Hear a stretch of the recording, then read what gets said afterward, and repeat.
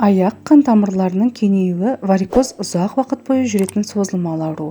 Әсіресе әйел адамдарда пайда болатын бұл ауру аяқтың сүйкімін алатыны рас. Олай болса, одан сақтанудың пайда болған жағдайда онымен күресу жолдарын білген артық болмас. Ауру тамырдың қызаруы, олардағы қан мөлшерінің көбеюі, пигментацияның бұзылуы, түрлі түйіндердің пайда болуы сияқты белгілерден білінеді. Оның пайда болу себептері бірнеше. Кейде ауру ешқандай да айқын себептерсіз шығады.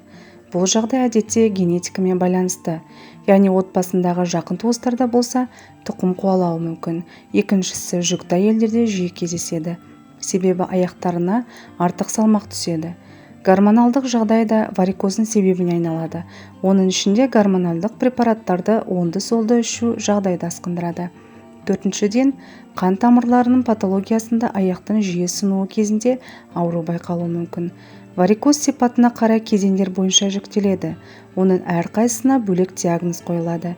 Белгілері де бөлек болады. Сәйкесінше емдеу әдісі таңдалады. Бірінші кезеңде аяқ тамырлары айтарлықтай байқалмайды, сәл ғана қызарады. Дерт екінші кезеңге өткенде тамыр терінің бетіне шығып, көрініп тұрады, саусақпен басса сезіледі. Түйіндер пайда болуы мүмкін және тамыр маңайы қара қошқылданады. Үшінші кезеңде варикозды тамырлар арта түседі.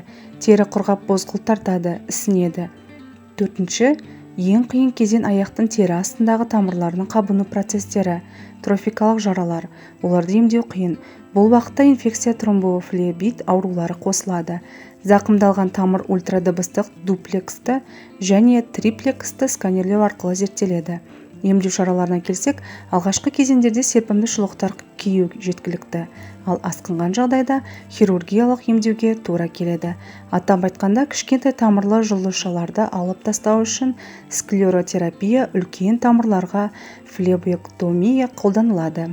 Гормональды бұзылулар қанның ұюын арттырады, аяқтардағы тамырлардың икемділігін төмендетеді.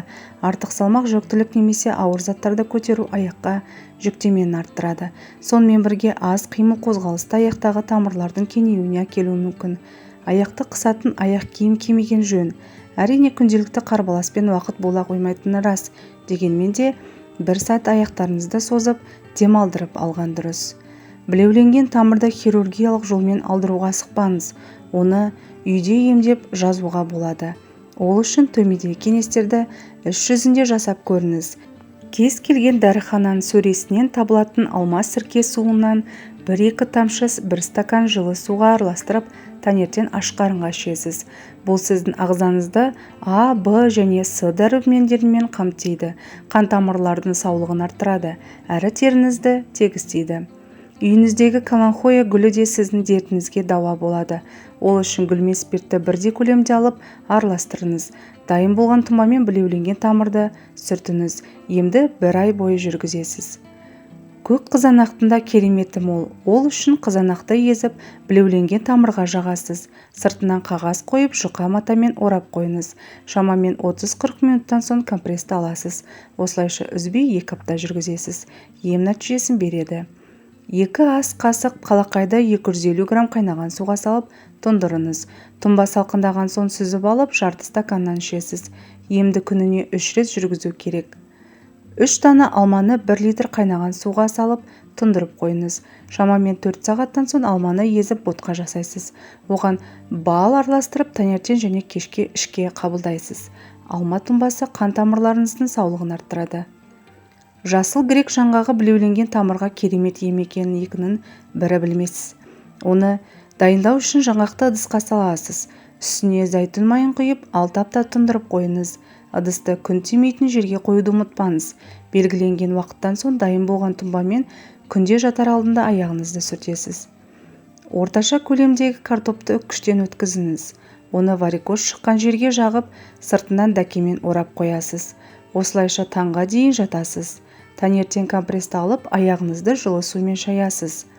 250 грамм сарымсақты қабығынан ашып үгесіз. Сосын оны 350 грамм таза балмен араластырып 2 аптада тұндырып қоясыз. Белгіленген күннен соң тұнбаны алып, 1 ас қасықтан күніне 3 рет ішке қабылдайсыз. Емді 2 апта үзбей жүргізесіз. Ішкі ағзаларыңызды тазартасыз, әрі варикоздан құтыласыз. Осымен достар, бүгінгі видеомыз өз соңына жетті. Видео ұнаса жақындарыңызбен бөлісе отырып, арнаға тіркеліп лайк басуды ұмытпаңыз. Келесі видеода кездескенше сау саламатта болайық.